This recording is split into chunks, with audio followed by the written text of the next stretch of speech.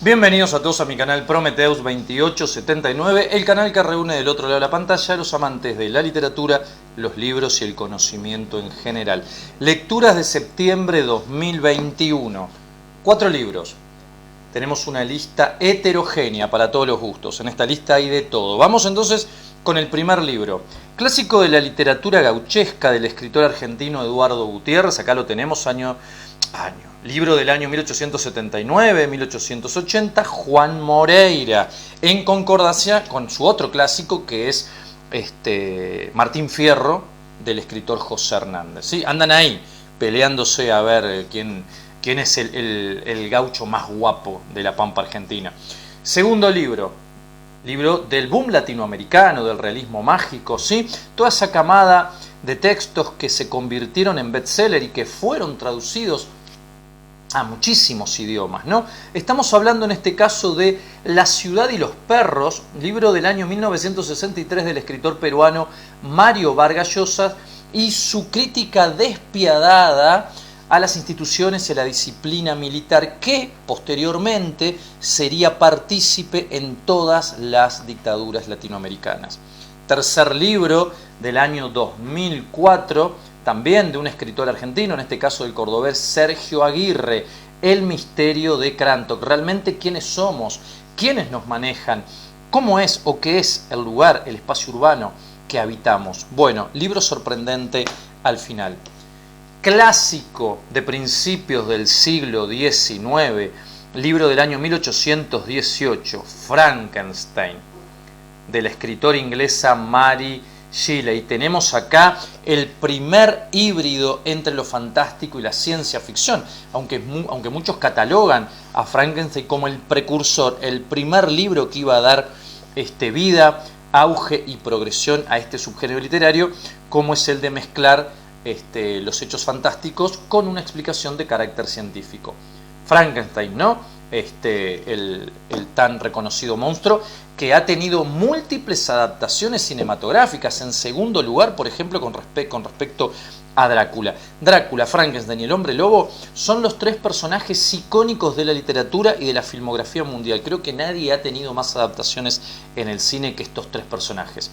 Bueno, vamos entonces sin más dilaciones a hacer una pequeña y breve reseña de cada uno de los libros leídos en septiembre del 2021.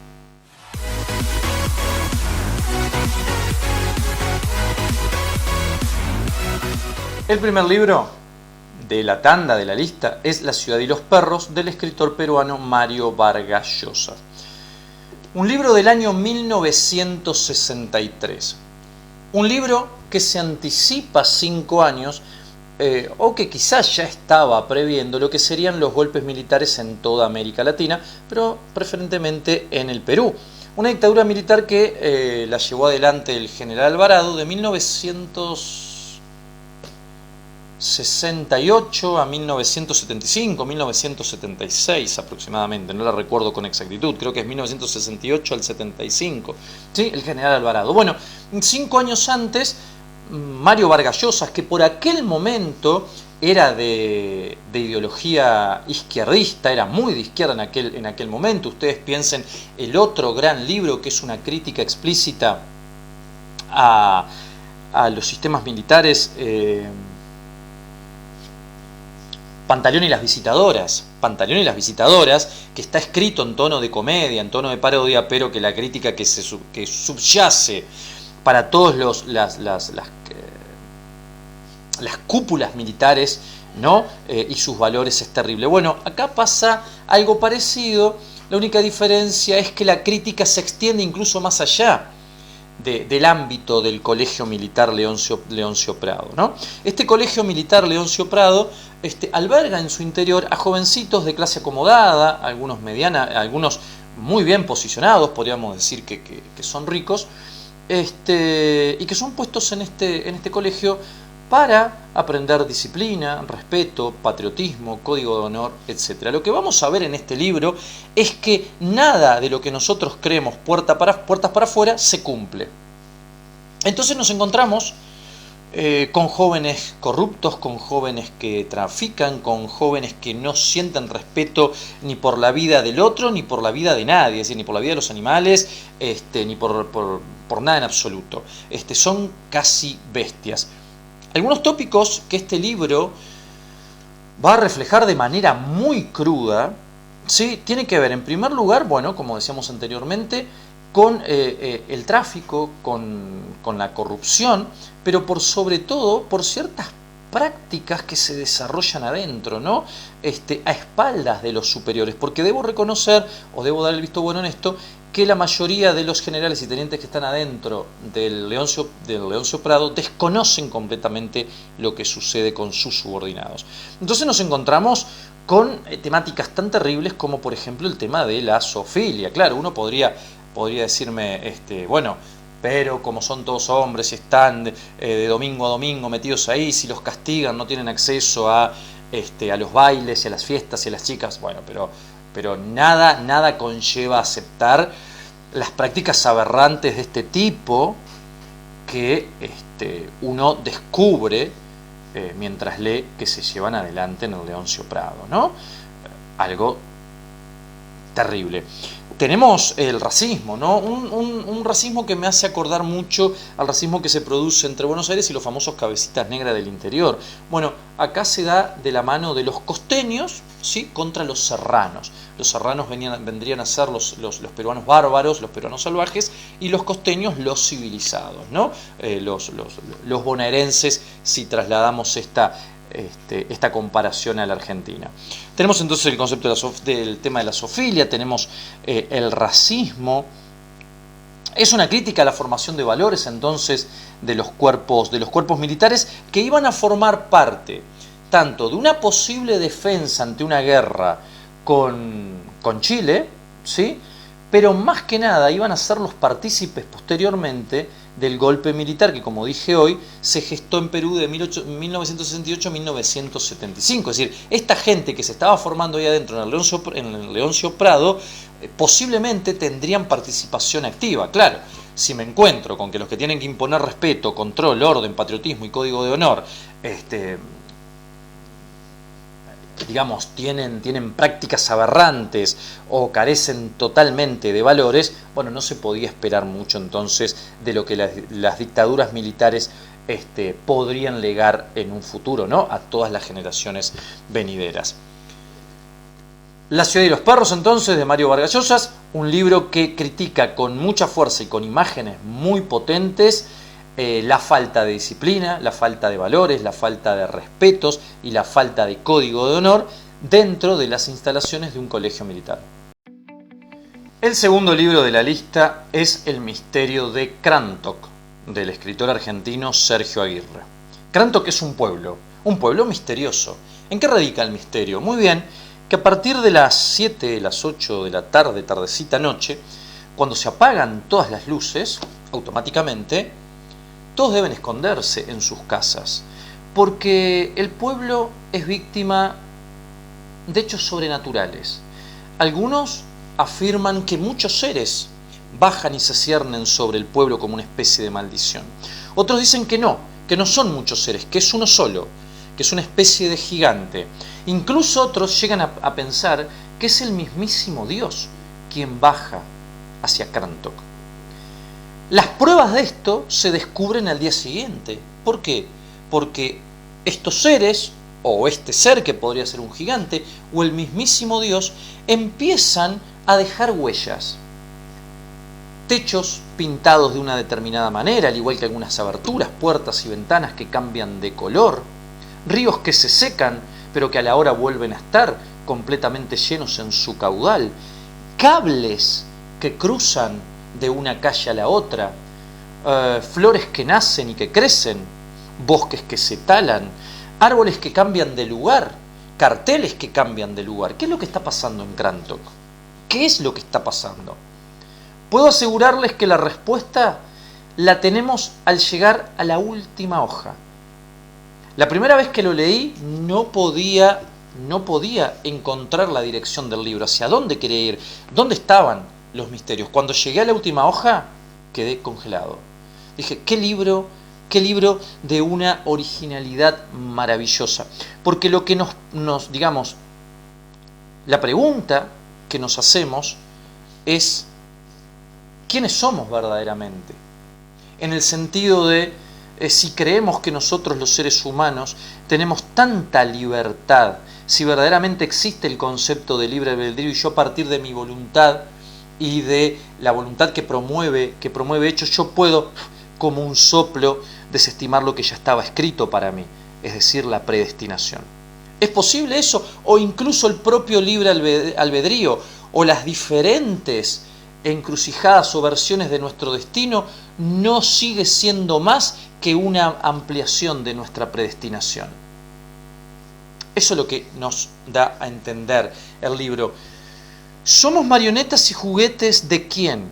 ¿Quiénes nos manejan? Acá aparece la idea de que podemos ser juguetes y marionetas manejados por otros hombres, entonces aparece el concepto de poder o de poder jerárquico, pero a su vez ese hombre tan poderoso que nos maneja a nosotros desde el poder, desde la economía, de los medios de comunicación, a su vez también es manejado por otra fuerza superior, que también podría ser un dios o que también podría ser un hombre. Entonces la pregunta es, ¿no es que quizás todos los hombres son dioses de otros?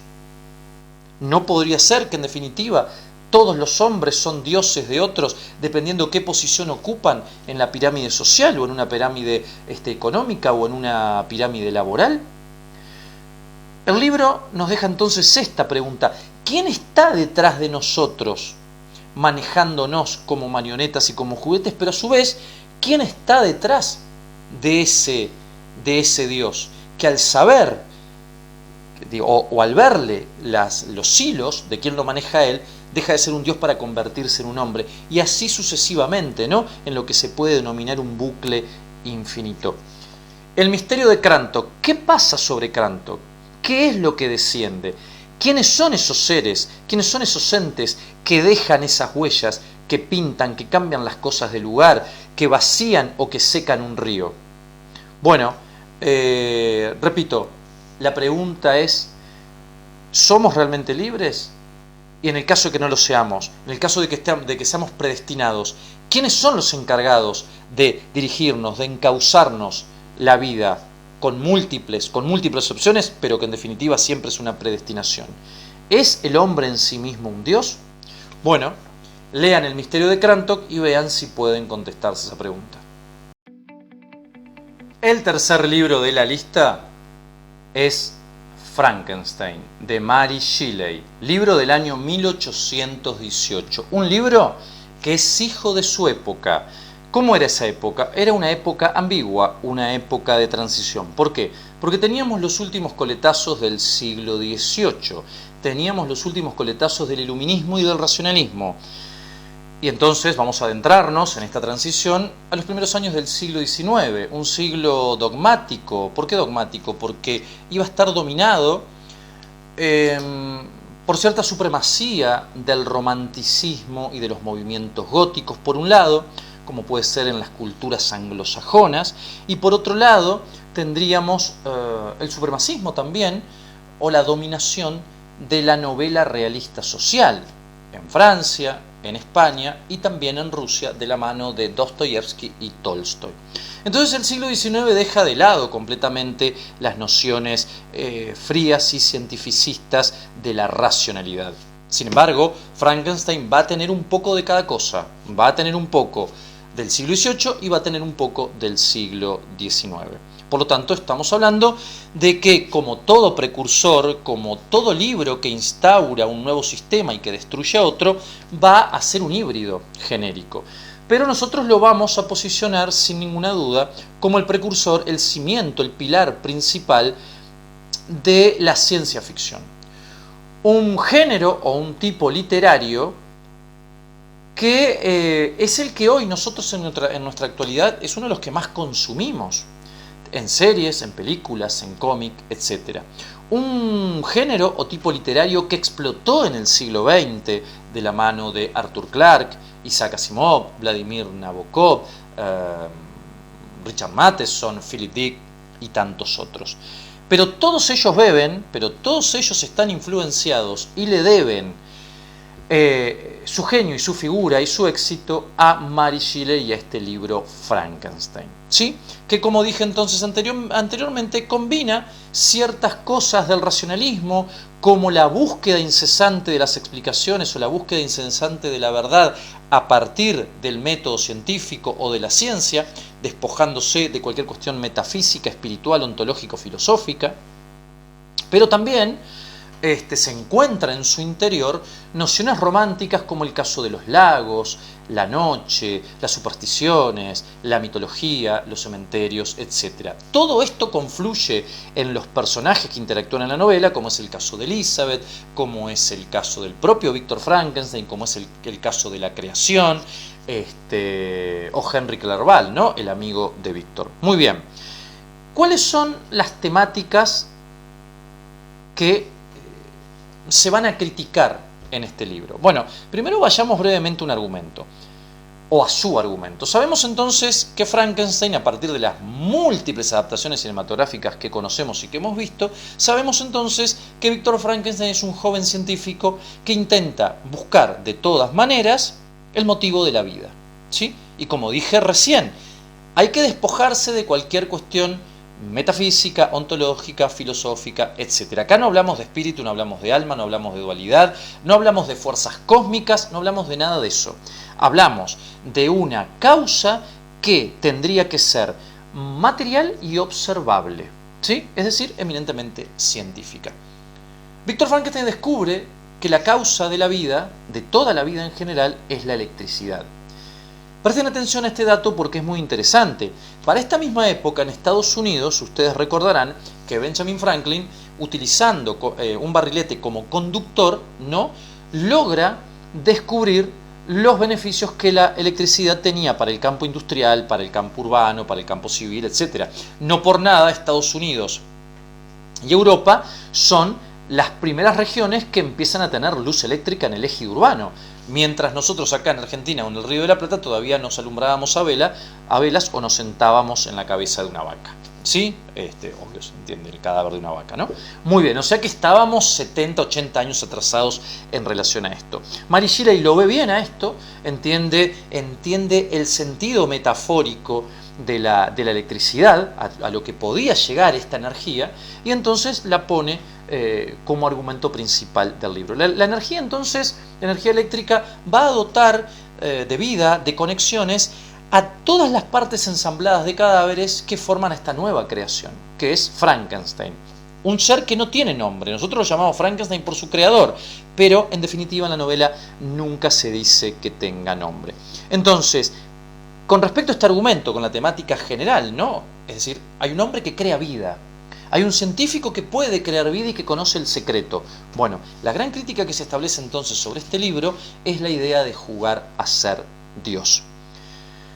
Una idea de jugar a ser Dios que se entreteje solamente a partir del legado. ¿Qué es lo que yo puedo construir? ¿Qué es lo que yo puedo crear para dárselo a los hombres, para brindárselo a los hombres, para que estos puedan progresar indefinidamente?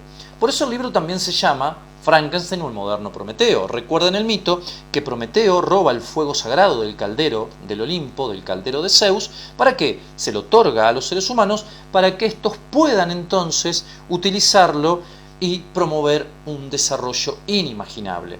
Poder cocinar los alimentos, crear una industria siderúrgica, producir armas, producir enseres, producir utensilios, etcétera, etcétera. Bien, ¿qué es lo que está legando? ¿Qué es lo que está legando Víctor Frankenstein a este mundo? ¿Qué es lo que está legando a la sociedad? Está legando un ser creado por un hombre, es decir, está legando la posibilidad entonces de que los hombres podamos suplantar a Dios y crear vida. Bueno, la clonación y los experimentos genéticos. Otra temática, la cual es fuertemente criticada en este libro, tiene que ver con el concepto rusoniano, ¿sí? Acá aparece otra vez el siglo XVIII, la enciclopedia, el iluminismo, el racionalismo, el concepto rusoniano del buen salvaje, es decir, de la naturaleza bondadosa inherente al hombre. El hombre, si nace en un medio natural no hostil, su naturaleza es buena, solidaria y altruista. Pero cuando cruza la barrera, ¿sí?, cuando se arriesga a vivir en un estado político, en un estado que se mueve por intereses superficiales, no le va a quedar otra al hombre que mutar, transformarse en un ser malvado, macabro, egoísta y ambicioso que pueda competir en esas dinámicas sociales con nosotros. ¿Por qué? Porque si no termina muerto o destruido. Es decir, la supervivencia del más apto de la que hablaba Darwin. Fíjense cómo empiezan todos estos conceptos a tomar fuerza. Quien no se adapta, quien no lucha, quien no pelea, quien no mata, no está apto para sobrevivir y el estado político lo aniquila. Es una especie también de metáfora de la jungla. Recuerden lo que yo pienso con esto, yo ya lo dije en varios videos, no creo en esta... primero, no creo en esta bondad del hombre en el ambiente natural y tampoco creo que en el ambiente natural el hombre esté en verdaderas condiciones de igualdad, ¿sí? Quitémosle las armas y la tecnología a los hombres y vamos a ver qué hace solo en el medio de la sabana africana enfrente de un león. Muy bien. Bueno, entonces se critica este concepto rusoniano del buen salvaje. Frankenstein, quien era todo amor, quien era todo bondad, quien no tenía noción de la monstruosidad de su aspecto físico, de su reflejo estético, empieza a ser vilipendiado, empieza a ser insultado, empieza a ser apedreado por todos los hombres que va conociendo en su camino. Entonces irremediablemente cambia y se vuelve muy malo, se vuelve muy vengativo, muy recoroso, y él explica que los hombres lo han hecho así y que por lo tanto cada hombre que se le cruce él va a intentar destruirlo sin ningún miramiento, pero que quede claro que él había sido creado bajo los conceptos rusonianos del buen salvaje. Otra crítica en relación a las temáticas que va reflejando este libro tiene que ver con la idea de la esclavitud, ¿no?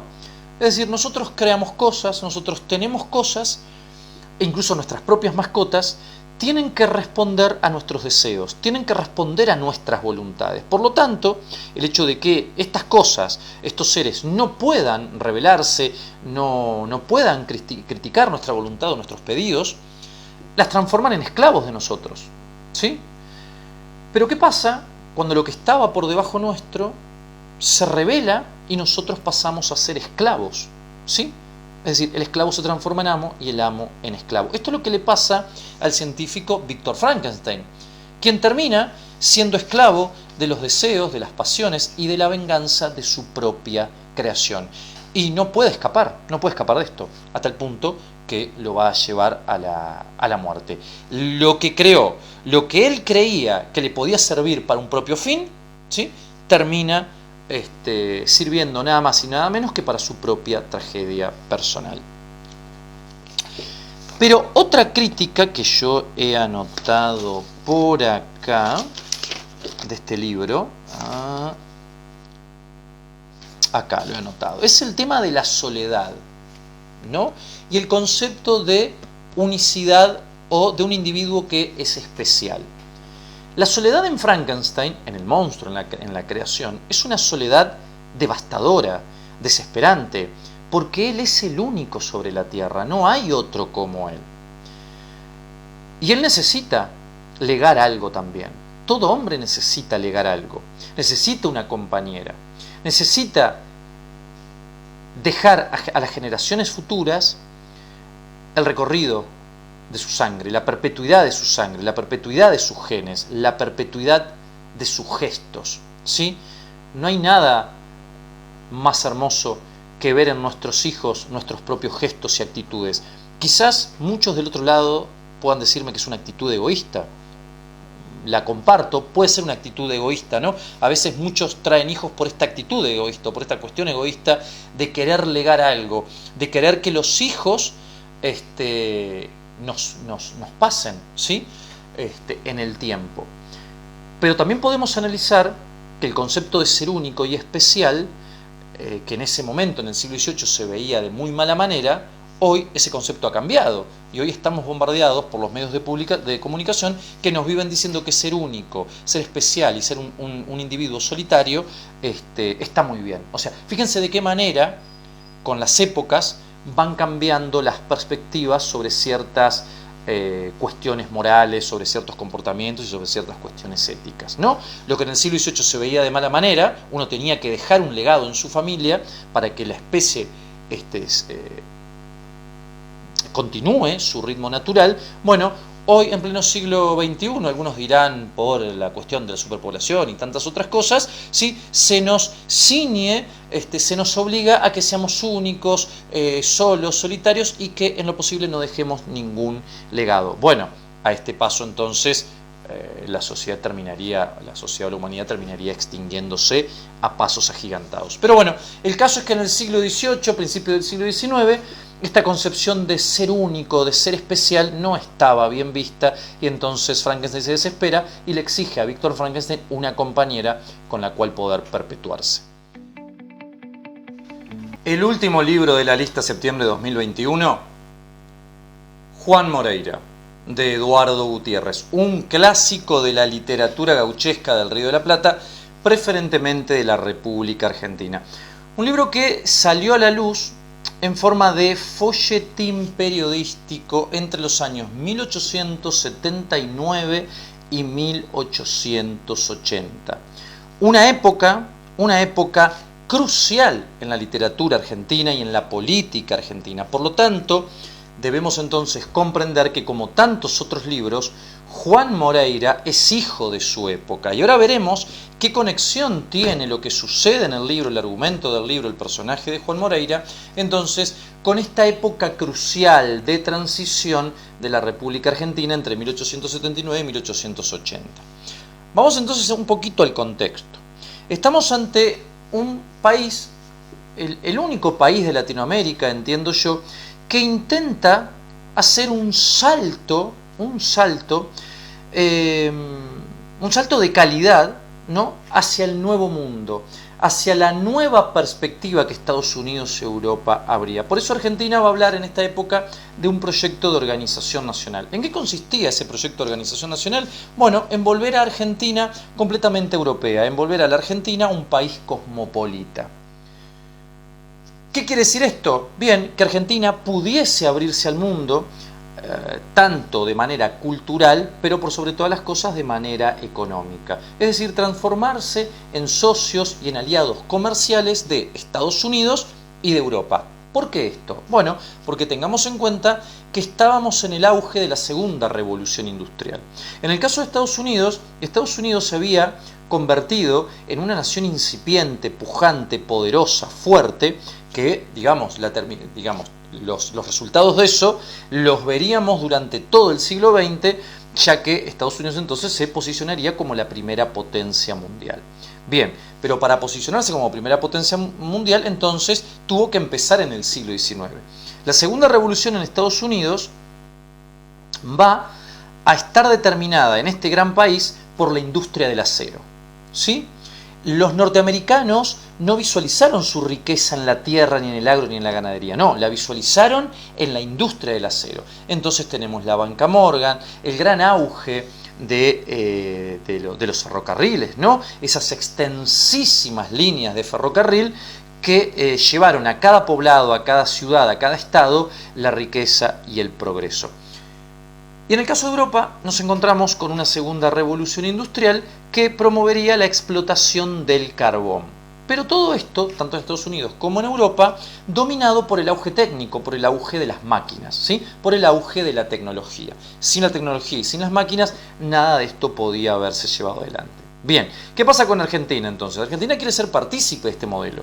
Argentina quiere estar a la vanguardia, convertirse en la quinta, en la sexta, en la séptima potencia mundial.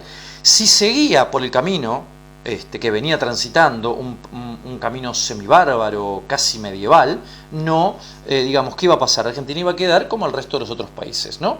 Sumamente atrasados y relegados. Entonces Sarmiento, Juan Bautista Alberdi, Mitre, Avellaneda, llevan adelante, conceptual y de manera práctica, un proyecto de organización nacional en el que no había otra, había que adaptarse, había que sobrevivir o no, o quedabas afuera del juego. Bien, ¿quiénes iban a quedar afuera de este juego? ¿Quiénes eran los sectores que se transformaron en una cuña molesta, en un obstáculo? Tres sectores: los negros, los aborígenes y los gauchos. Sabemos entonces que los aborígenes, los indios, fueron aniquilados o prácticamente aniquilados en la campaña del Desierto de Roca de 1879, o sea que desde el punto de vista de los aborígenes habían quedado completamente sometidos, ya no eran un sector que se posicionara de manera rebelde ante la venta de tierras en la Patagonia a los capitales extranjeros. Por otra parte, los negros, ya para la década de 1840, en el gobierno de Rosas, son muchos enviados a Cuba y otros a la República Oriental del Uruguay. Por eso nosotros nos encontramos en 1880, 1900, con una población argentina completamente vacía y carente del factor negro o africano. Pero quedaban los gauchos. Los gauchos, grupo o sector al que pertenece Juan Moreira. Los gauchos iban a ser una piedra difícil de moler, iban a ser un hueso difícil de roer, porque el gaucho no pensaba de ninguna manera someterse a las instancias, ¿sí?, y a las órdenes o a las voluntades que los gringos quisieran imponer en América Latina o en Argentina. Entonces la literatura gauchesca, en definitiva, no es más que el reflejo de una lucha de intereses, de una lucha de grupos para imponerse unos por sobre otros, y que esta imposición entonces iba a determinar el modelo de país o el modelo de Argentina que se iba a visualizar en el exterior. Dependiendo de quién ganara en este conflicto, era la Argentina que se iba a visualizar. Podía ser una Argentina triunfante o una Argentina derrotada. Bueno, eso habría que estudiar mucho más historia y verlo. Entonces, Juan Moreira representa a ese gaucho que se va a enfrentar a todas las partidas policiales de Buenos Aires, que se va a enfrentar a todas las partidas policiales nacionales que intentarán someterlo. ¿Para qué? Para que se vuelva un gaucho bueno, es decir, un paisano, para que trabaje el campo, para que lo labre, es decir, para que se dedique a la agricultura. Cosa impensada para los gauchos vaquianos, los gauchos rastreadores y los gauchos de cuchillo a pie. Ahora, vayamos al argumento del libro. ¿Juan Moreira siempre fue así? No. Juan Moreira, criado en La Matanza, peregrino de muchos pueblos del interior de la provincia de Buenos Aires, como pueden ser Los Toldos, Navarro, 25 de Mayo, Lobo, Saladillo, 9 de Julio, etc., había sido en sus tiempos mozos un gaucho feliz, un gaucho que había tenido hacienda, que había tenido trabajo y que había tenido hijos, es decir, había formado una familia, pero por sobre todas las cosas era respetado por los paisanos de sus pagos, e incluso por ciertos sectores políticos también, que lo respetaban. Juan Moreira tenía una buena posición. Pero si hay algo que se critica en toda la literatura gauchesca como eje transversal, es la vacuidad de una normativa legal que delimite las injusticias y la corrupción, pero por sobre todo que delimite las injusticias en el marco de las relaciones jerárquicas entre individuos. ¿Por qué digo esto? Porque al existir este vacío legal, los jueces de paz, los comisarios, los policías, hacían en cada pueblo desastres de todo tipo. Un juez de paz, un comisario, era intendente, gobernador, torturador y enfermero. Era todo al mismo tiempo. No había nadie que limitara su poder absoluto. Entonces, ¿qué pasaba? Los gauchos estaban sometidos bajo estas voluntades, incluso eran obligados a votar, ¿no? Y si no votaban al partido correspondiente, el destino funesto que se podía avecinar sobre sus cabezas era terrible. Por eso la mayoría de los gauchos se transformaban en desertores, ¿no?, o en gauchos matreros o en gauchos malos. Y esto es lo que le pasa a Juan Moreira. Juan Moreira, de un día para el otro, cae en desgracia porque el juez de paz, don Francisco, empieza a sentir deseos, no vamos a decir que estaba enamorado, empieza a sentir deseos sexuales por la joven y hermosa esposa de Juan Moreira, Vicenta. A partir de acá, la tragedia será irremediable. Don Francisco somete a Juan Moreira a todo tipo de humillaciones, a todo tipo de castigos, ¿sí? Y lo transforma en el hazmerreír de muchos paisanos a los que, mediante el miedo, se posiciona de su lado como cómplices. Juan Moreira, entonces, al igual que Frankenstein, termina mutando de un hombre bueno, querido, altruista, solidario y bonachón, termina convirtiéndose en una fiera insaciable de los caminos, en un asaltacaminos, en un matón. Yo no le aplicaría el término delincuente porque delincuente es otra cosa, pero sí Juan Moreira se transforma entonces en un gran matón, temido por todos los pueblos que él visitaba, incluso temido por los propios indios, ¿sí? Un hombre que en el libro se ve exacerbada hasta el heroísmo, su valentía y su código de honor, ¿sí? Su valentía y su código de honor se ven exacerbados de una manera, resulta casi invencible a veces. Ninguna partida policial puede diezmarlo, salvo, como pasa en todas las literaturas, el concepto de traición. Si hay algo que vence a los grandes héroes es la traición. Y Juan Moreira muere ahogado en la sangre de la traición, principalmente del comisario Chirino, que lo mata a traición, lo deja estaqueado en el muro de la pulpería La Estrella, pero por sobre todo es víctima de la traición, del rumor, de los Judas que se venden por pocas monedas, ¿no? De su compadre Jiménez, de su propia mujer en cierta manera, de otro paisano, de otro gaucho al que él creía su amigo, el cuerudo, ¿sí? En el camino de su deserción, Juan Moreira se va a encontrar con la traición, va a tratar de esquivarla, pero tarde o temprano le va a rendir cuentas, ¿sí? Y se va a llevar su vida entonces en el famoso fin de esta novela, cuando él muere peleando contra 7, 8, 10 hombres en la pulpería La Estrella.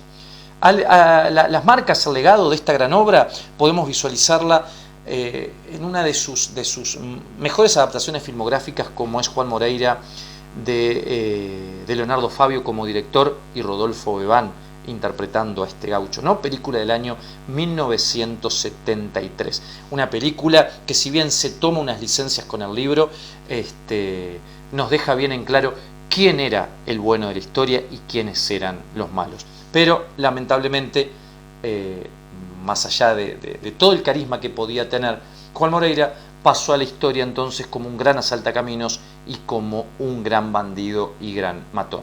Quizás si el destino hubiese sido otro, si el destino se hubiese comportado de otra manera con Juan Moreira hubiera sido un gran estadista, un gran político que hubiese brindado entonces a la Argentina toda su generosidad, todo su altruismo, y quizás las cosas hoy serían diferentes. Juan Moreira entonces, un clásico de 1879 de la literatura gauchesca.